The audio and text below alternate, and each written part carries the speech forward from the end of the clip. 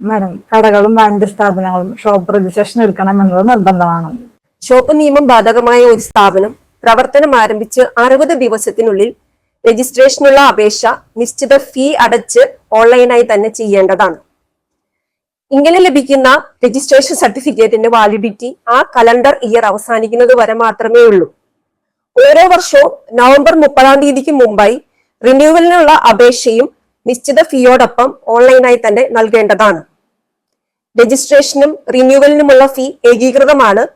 എന്നിരുന്നാലും നവംബർ 30-ന് മുമ്പ് റിന്യൂവലിനുള്ള അപേക്ഷ നൽകിയിട്ടില്ല എങ്കിൽ റിന്യൂവൽ ഫീയുടെ 25% പെനാലിറ്റി ആയിട്ടും നൽകേണ്ടി വരും.